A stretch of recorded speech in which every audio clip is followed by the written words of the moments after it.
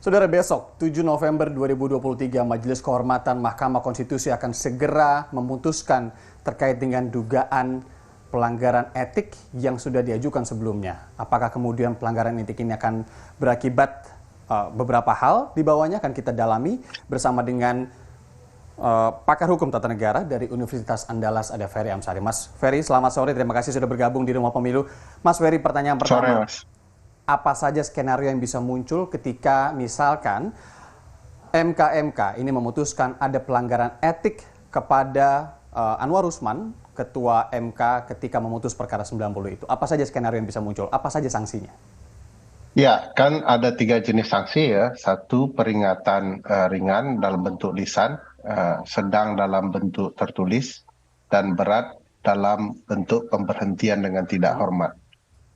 Jadi kalau kemudian dijatuhi bahwa terbukti melanggar etik ringan dan sedang, lalu tidak diberhentikan, problematika besarnya adalah ketika perselisihan hasil pemilu yang akan datang muncul, maka perdebatan soal konflik kepentingan antara Ketua MK dan salah satu pasangan calon juga akan terus berulang dan terjadi. Kalau kemudian diberikan sanksi berat, maka pertanyaan besarnya apakah Majelis Kehormatan Mahkamah Konstitusi berani melampaui wewenangnya atau tetap konsisten dengan wewenangnya untuk sekedar memeriksa masalah etik, tidak memeriksa hal-hal lain di luar problematika etik. Kalau kemudian MK Itu dia, Mas Ferry. meyakini konsisten dengan soal etik saja, maka akan ada upaya untuk kembali menggunakan putusan MK itu sebagai alasan berbeda menguji kembali pasal 169 huruf Q Undang-Undang Pemilu soal syarat pencalonan presiden dan calon wakil presiden. Tapi kalau kemudian MK melewati itu, tentu akan ada perdebatan yang luar biasa soal patutkah MK menjatuhi putusan di luar wewenangnya. Nah, bagi saya tidak patut MK di luar wewenangnya, dan itu malah membuka ruang baru untuk pasangan Prabowo Gibran punya alasan hukum kuat untuk mempertanyakan putusan MK.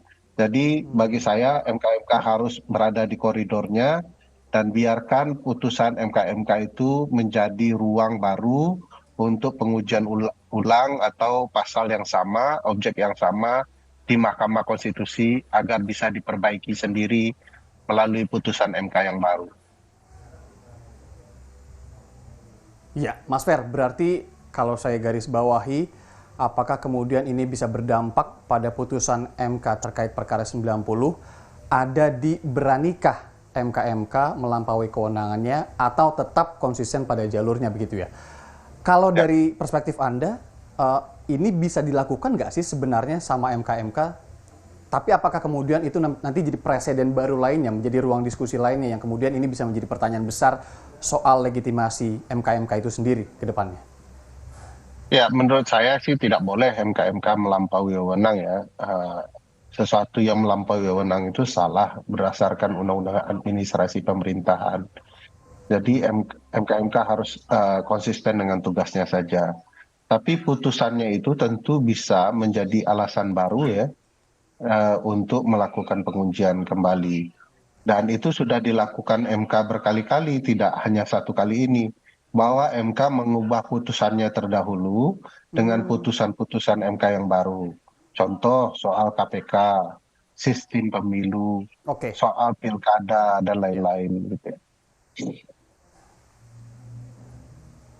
Mas Fer, jadi kalau nanti sudah diputus, kita ambil lah misalkan ada sanksi yang kemudian dikenakan. Kalau Mas Fer tadi misalnya kita berasumsi berat begitu ya. Ini kan ada sebuah pertanyaan besar soal moral Hakim Konstitusi, apalagi di sini Ketua MK ketika memutus perkara 90 tersebut. Berarti hal yang bisa dilakukan yang paling masuk akal adalah pengujian kembali begitu ya? Ya, pengujian kembali itu tidak perlu lama-lama. MK juga sudah pernah kasih contoh tanpa perlu ada sidang mendengarkan pihak-pihak, MK sudah bisa menjatuhkan putusan. Kalau MK yakin bahwa memang harus menjatuhkan putusan sesegera mungkin.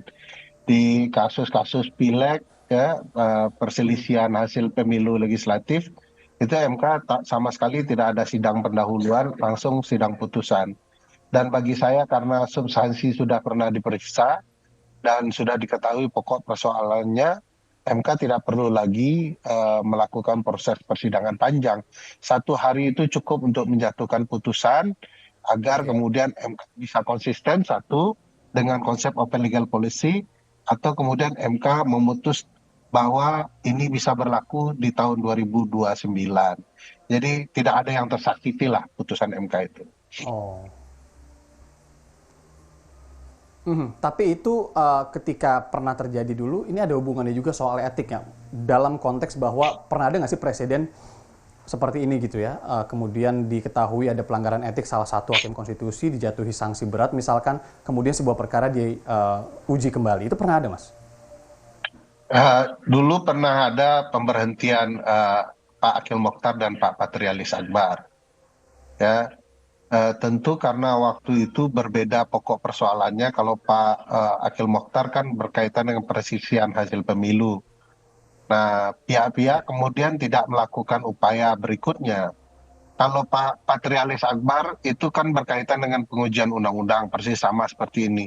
Sepanjang tidak ada pihak lain kemudian mempertanyakan, karena kan pihak yang mempertanyakan undang-undang juga bermasalah di kasus Pak Patrialis kan. Nah, beda dengan konteksnya dengan sekarang ini, publik yang merasa bermasalah dengan putusan itu dan kemudian mengkritiknya. Jadi ini baru pertama kali lah kurang lebih begitu. Baru pertama kali ya. Kalau Anda melihat misalkan ini nanti diujikan kembali dengan apa namanya, dengan landasan seperti apa ini kemudian bisa kemudian diujikan kembali? Apakah dengan landasan sanksi yang diberikan kepada hakim konstitusi misalnya menjadi landasan baru, atau seperti apa? Karena kan kalau kita ketahui juga, Mas Ferry, koreksi kalau salah, putusan MK-nya sendiri final and binding begitu. Jadi ini agak membingungkan. Ya.